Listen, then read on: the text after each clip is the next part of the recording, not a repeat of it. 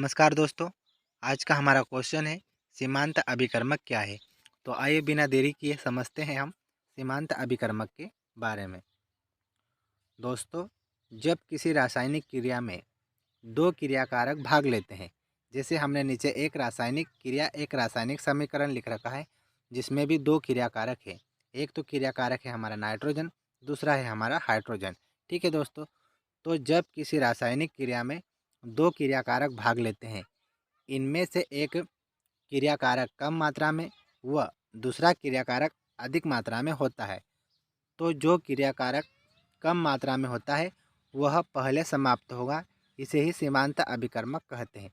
यानी दोस्तों, जब किसी रासायनिक क्रिया में दो क्रियाकारक भाग लेते हैं, जैसे हमारे पास एक रासायनिक क्रिया है, इसमें दो क्रियाकारक है।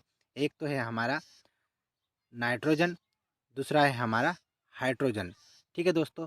तो इनमें से एक क्रियाकारक कम मात्रा में, जैसे यहाँ पे नाइट्रोजन का 1 मोल है, वह दूसरा क्रियाकारक अधिक मात्रा में, जैसे यहाँ पे हाइड्रोजन के 3 मोल है।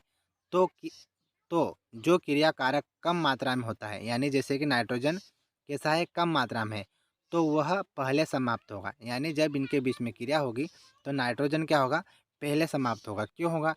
क्योंकि उसकी मात्रा कम है। तो जो क्रियाकारक दोस्तों पहले समाप्त होता है उसे हम बोलते हैं क्या?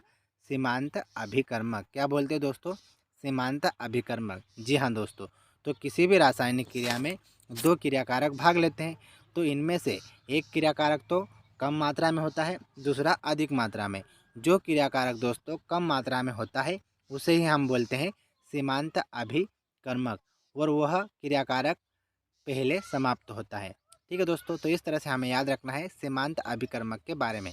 दोस्तों, अब इसे हम उदाहरण के माध्यम से, एक सवाल के माध्यम से समझने की कोशिश करते हैं। तो आइए चलो इसको हम समझते हैं। अब हम समझते हैं एक उदाहरण के माध्यम से।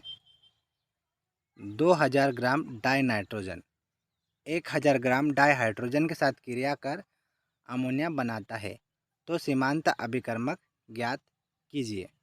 दोस्तों, क्वेश्चन में दे रखा है कि 2000 ग्राम डाई नाइट्रोजन, ठीक है, डाई नाइट्रोजन 1000 ग्राम डाई हाइड्रोजन, ठीक है, डाई हाइड्रोजन के साथ क्रिया करता है तो अमोनिया बनाता है। तो इसमें सीमांत अभिकर्मक ज्ञात कीजिए। यानी हमें उस क्रियाकारक को ज्ञात करना है। दो क्रियाकारक है, एक तो है नाइट्रोजन और दूसरा है हाइड्रोजन। तो हमें उस क्रियाकारक को ज्ञात करना है जिसकी मात्रा कम है दोस्तों, क्योंकि हमने अभी देखा है कि सीमांत अभिकर्मक हम किसको बोलते हैं? जिसकी मात्रा कम होती है उसे हम बोलते हैं सीमांत अभिकर्मक। ठीक है दोस्तों। तो हमें ज्ञात करना है सीमांत अभिकर्मक यानी जिसकी मात्रा कम है। तो समीकरण में हम उसको किस प्रकार से लिखेंगे दोस्तों? तो इस तरह से। ठीक है दोस्तों। डाई नाइट्रोजन डाई हाइड्रोजन से क्रिया करता है तो अमोनिया बनाता है। दोस्तों, अब इसका हम अणुभार निकालते हैं। तो नाइट्रोजन के 2 अणु हैं, तो 14 गुणित 2 बराबर 28 ग्राम। यानी नाइट्रोजन डाई नाइट्रोजन का अणुभार क्या होगा? 28 ग्राम। ठीक है। हाइड्रोजन के भी कितने हैं? 2 है और 3 मोल। तो 2 गुणित 3 गुणित यानी 2 गुणित 3 यानी 6 ग्राम। ठीक है दोस्तों। यानी नाइट्रोजन का अणुभार होगा 28 ग्राम और हाइड्रोजन का अणुभार होगा 6 ग्राम।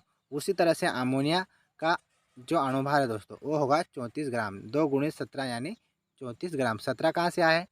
14 नाइट्रोजन से और 3 है हाइड्रोजन से। तो 14 + 3 यानी 17। ठीक है। 17 गुणित 2 तो कितने हो जाएंगे? 34 ग्राम। यानी अमोनिया का अणुभार कितना है? 34 ग्राम। तो अब हम देखेंगे सीमांत अभिकर्मक क्या है। चूँकि दोस्तों 28 ग्राम नाइट्रोजन क्रिया कर रहा है किससे? 6 ग्राम हाइड्रोजन से। ठीक है दोस्तों। तो इसलिए 2000 ग्राम डाई नाइट्रोजन क्रिया करेगा 6 गुणित 2000 बटे 28 ग्राम। ठीक है दोस्तों। तो हाइड्रोजन की मात्रा के लिए 428.57 ग्राम नाइट्रोजन की आवश्यकता होती है दोस्तों। तो अब हमको इसमें दिख रहा है दोस्तों कि जो नाइट्रोजन की मात्रा है दोस्तों वो कैसी है? कम है। ठीक है दोस्तों। किससे कम है? 2000 ग्राम से। ठीक है दोस्तों। जबकि उन्होंने कितना बोला कि 2000 ग्राम है, तो इसकी मात्रा कितनी है? 428.57 ग्राम।